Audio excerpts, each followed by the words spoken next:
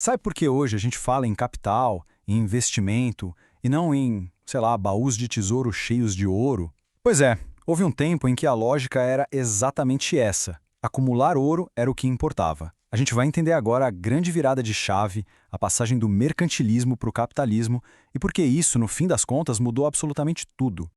Para a gente entender essa mudança gigantesca, vamos fazer um exercício simples. Imagina só, ter uma loja. Qual seria a melhor estratégia para fazer ela crescer? A resposta para essa pergunta, olha, ela está bem no centro de uma batalha entre duas formas de pensar o mundo que são totalmente opostas. Olha só, de um lado tem a estratégia A. A ideia é acumular toda a grana possível, controlar cada passo de perto. Essa é a essência do mercantilismo. Do outro lado, a estratégia B, que é o quê? O mercado mais livre, sabe, onde a competição, a liberdade acabam criando novas oportunidades. E essa é a base do capitalismo. A história que a gente vai desvendar aqui é justamente a luta entre essas duas ideias. Então vamos voltar um pouco no tempo. Pensa na Europa, ali entre os séculos XVI e XVIII. Qual era o sistema que mandava em tudo na economia? Entender o que era o mercantilismo é o primeiro passo para a gente sacar por que, em algum momento, uma revolução foi inevitável. A ideia central do mercantilismo era bem direta e até um pouco brutal. Pense assim, a riqueza do mundo era como uma torta de tamanho fixo, que não crescia. Então, se uma nação quisesse uma fatia maior, era óbvio. Outra nação ia ter que ficar com menos.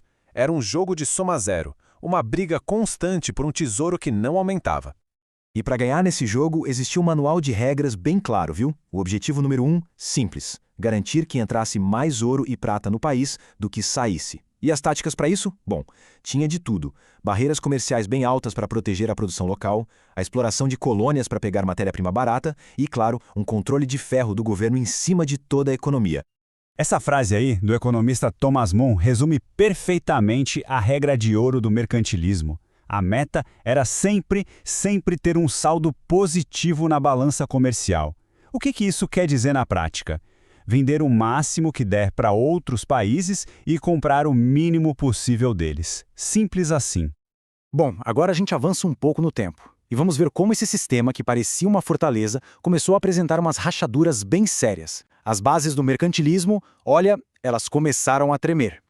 E essas rachaduras apareceram de tudo que é lado. Primeiro, o sistema falhou na prática, né? A Espanha, por exemplo, que foi quem mais acumulou ouro, acabou vendo a própria economia afundar com uma inflação que saiu do controle. Depois, veio a tecnologia. A Revolução Industrial chegou mostrando que a riqueza de verdade não era algo para ser guardado, e sim algo que podia ser criado pela produção. E para completar, a agitação social. Uma nova classe, a burguesia, cheia de comerciantes e industriais, começou a bater o pé, querendo mais liberdade para poder inovar e crescer. Resumindo, o sistema tinha ficado velho.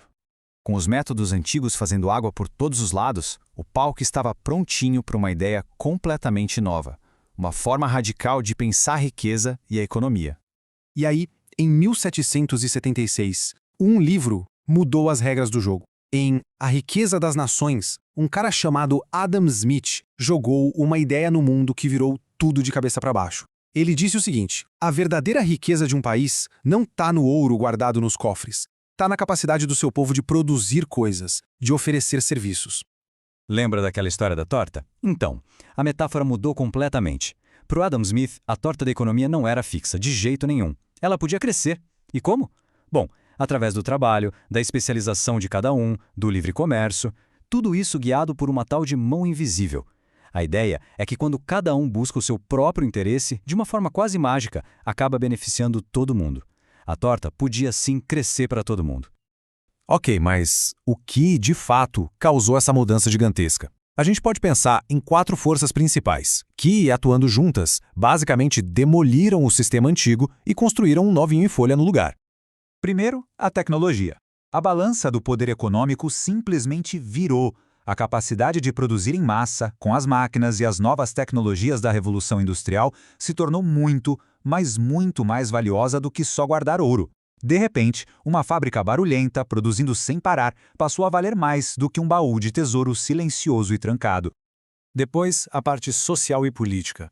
A ascensão da burguesia foi o grande motor da mudança. Pensa nessa nova classe de empreendedores. Eles não queriam mais ter que pedir permissão para um rei para poder inovar, para poder vender. Eles queriam liberdade. Liberdade para competir, para investir E, claro, para colher os frutos do próprio esforço. Eles precisavam, de uma vez por todas, quebrar as correntes do controle do Estado. Aí entra o poder das ideias. Os filósofos do iluminismo, tipo John Locke, foram uma arma poderosa nessa história. Eles começaram a defender que a propriedade privada e a liberdade de cada indivíduo não eram favores do rei, eram direitos naturais. E essa base filosófica foi crucial para justificar um sistema econômico com menos mão do Estado. A liberdade econômica deixou de ser um privilégio e passou a ser vista como um direito. E por fim, a prova prática, o resultado no mundo real. Países como a Inglaterra, que abraçaram a industrialização e essas políticas mais liberais, simplesmente decolaram. Prosperaram de um jeito espetacular, deixando os rivais mercantilistas comendo poeira. O sucesso era tão grande que não dava para negar. O novo sistema, na prática, funcionava muito melhor para criar riqueza. O resultado de toda essa transição, bom, foi um sistema completamente novo, com regras totalmente diferentes e com consequências tão profundas que a gente sente elas até hoje. E esse novo sistema, o capitalismo, se ergueu sobre 4 pilares bem definidos. Primeiro, a propriedade privada, ou seja, as fábricas, as terras, as máquinas pertencendo a indivíduos e empresas. Segundo, o trabalho assalariado, trabalhadores livres vendendo sua força de trabalho por um salário. Terceiro, o livre mercado, onde os preços são definidos pela boa e velha lei da oferta e da demanda, e não pelo governo. E quarto, a busca pelo lucro como o grande motor de tudo. Essa nova estrutura, ela redefiniu a sociedade e criou novas relações de poder. E olha, o capitalismo não ficou parado no tempo, não. Ele continuou evoluindo. A primeira fase dele, a comercial, ainda tinha um pezinho lá no mercantilismo. Depois veio a fase industrial, a era das grandes fábricas, da produção em massa. E hoje? Bom, hoje a gente vive na fase financeira, que é dominada por bancos, por empresas multinacionais e por mercados de capitais que movimentam trilhões pelo mundo todo, o tempo todo.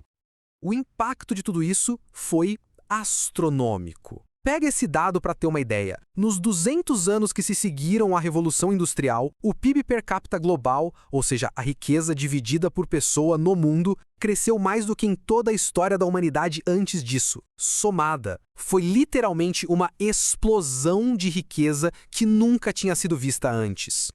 Entender essa grande transição é importante porque nos lembra de uma coisa. Sistemas econômicos não são leis da natureza, sabe? Eles são criações humanas, são escolhas que a gente faz. E isso, claro, nos deixa com uma pergunta bem poderosa para pensar. Se os sistemas mudam tanto assim, o que será que vem a seguir? A história, como a gente bem sabe, nunca para.